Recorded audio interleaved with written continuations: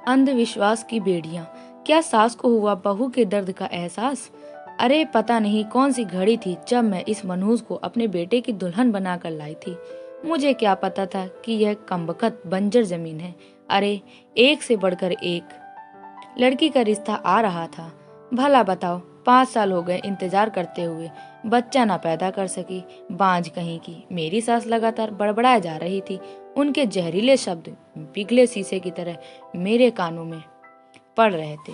यह कोई पहला मौका नहीं था। उन्होंने तो शादी के दूसरे साल से ही ऐसे तानों से मेरी नाक में दम कर दिया। सावन उसके इकलौते बेटे और मेरे पति थे। मेरे ससुर पहले गुजर गए थे। घर में पति और सास के अलावा कोई ना था। मेरी सास को पोते की बहुत ख्वाहिश थी। वे चाहती थी कि जैसे भी हो मैं उन्हें एक पोता दे दूं। मैं 2 बार लेडी डॉक्टर से अपना चेकअप करवा चुकी थी। मैं हर तरह से सेहतमंद थी। समझा बुझा कर मैं सावन को भी डॉक्टर के पास ले गई थी। उनकी रिपोर्ट भी बिल्कुल ठीक थी। डॉक्टर ने हम दोनों को समझाया भी था, आजकल ऐसे केस आम हैं, आप लोग बिल्कुल ना घबराएं, कुदरत जल्द ही आप पर मेहरबान होगी। डॉक्टर की ये बातें हम दोनों तो समझ चुके थे, लेकिन मेरी सास को कौन समझाता। आए दिन उनकी गाज मुझ पर ही गिरती थी। उनकी नजरों में मैं ही मुजरिम थी और अब तो वे यह खुले आम कहने लगी थी कि वे जल्द ही सावन से मेरा तलाक करवा कर उसके लिए दूसरी बीवी लाएंगी ताकि उनके खानदान का वंश बढ़े। उनकी इन बातों से मेरा कलेजा छलनी हो जाता। ऐसे में सावन मुझे तसल्ली देते, क्यों बेकार में परेशान होती हो, माँ की तो बड़बड़ाने की आदत है। आपको क्या पता, आप तो सारा दिन अपने काम पर होते हैं। वे कैसे कैसे ताने देती हैं। अब तो उन्होंने सबसे यह कहना शुरू कर दिया है कि वे हमारा तलाक करवा कर आपके लिए दूसरी बीवी लाएंगी। तुम चिंता ना करो, मैं ना तो तुम्हें तलाक दूंगा और ना ही दूसरी शादी करूंगा, क्योंकि मैं जानता हूँ कि तुम में कोई कमी नहीं है। बस कुदरत हम पर मेहरबान नहीं है। एक दिन हमारे गांव में एक बाबा आया था। उसके बारे में मशहूर था कि वह बेऔलाद औरतों को भी एक भभूत देता है जिसे दूध में मिलाकर पीने पर उन्हें औलाद हो जाती है। मुझे ऐसी बातों पर बिल्कुल यकीन नहीं था। मेरी सास ऐसी बातों पर आंख कान बंद करके यकीन करती थी। उनकी जिद पर मुझे उनके साथ उस बाबा, जो मेरी निगाहों में ढोंगी था, के आश्रम जाना पड़ा। बाबा 30-35 साल का हट्टा कट्टा आदमी था। मेरी सास ने उसके पांव छुए और मुझे भी उसके पांव छूने को कहा। उसने मेरे सिर पर हाथ रखकर आशीर्वाद दिया।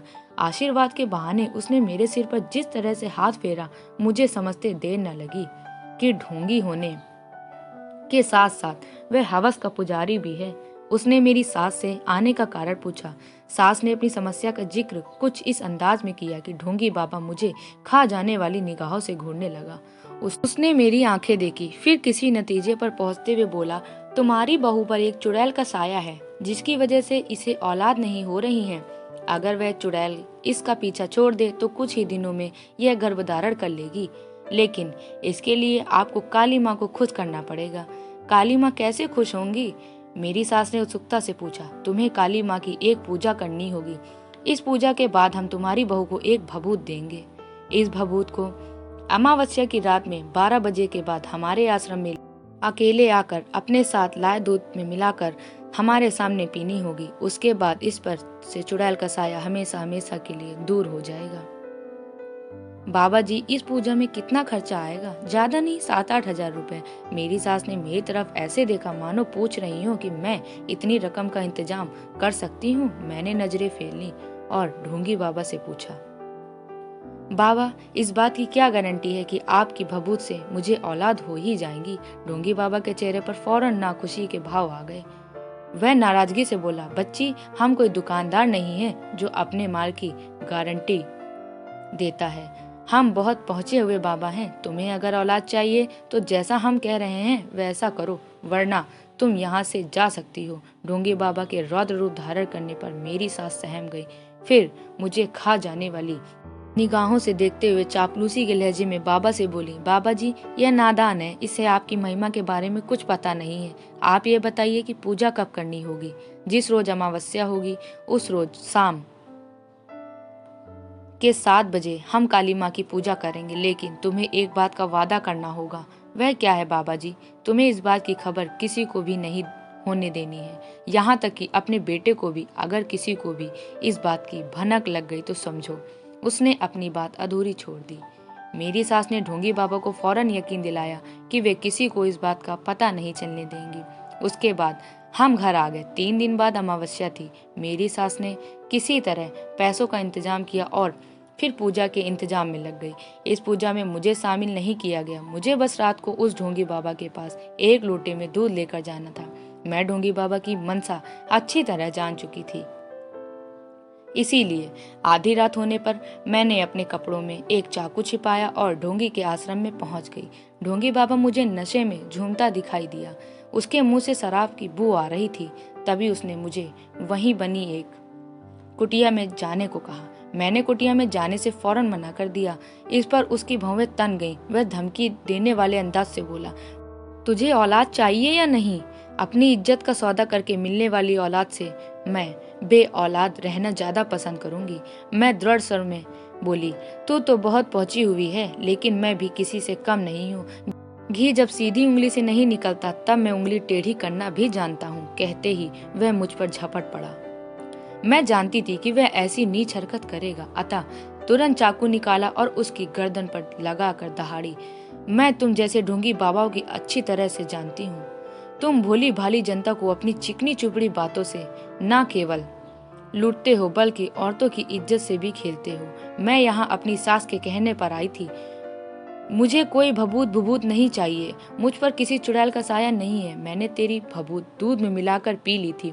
तुझे यही बात मेरी सास से कहनी है। बस अगर तूने ऐसा नहीं किया तो मैं तेरी जान ले लूंगी। उसने घबराकर हाँ में सिर हिला दिया।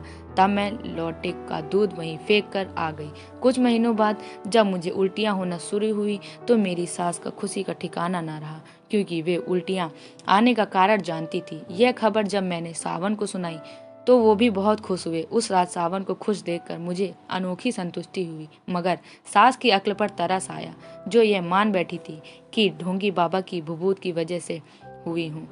अब मेरी सास मुझे अपने साथ सुलाने लगी। रात को जब भी मेरा पाँव टेढ़ा हो जाता तो वे उसे फौरन सीधा करते हुए कहती कि मेरे पाँव टेढ़ा करने पर जो औलाद होगी उसके अंग विकृत होंगे। मुझे अपनी सास की अक्ल पर तरस आता, लेकिन मैं यह सोचकर चुप रहती कि उन्हें अंधविश्वास की बेड़ियों ने जकड़ा हुआ है।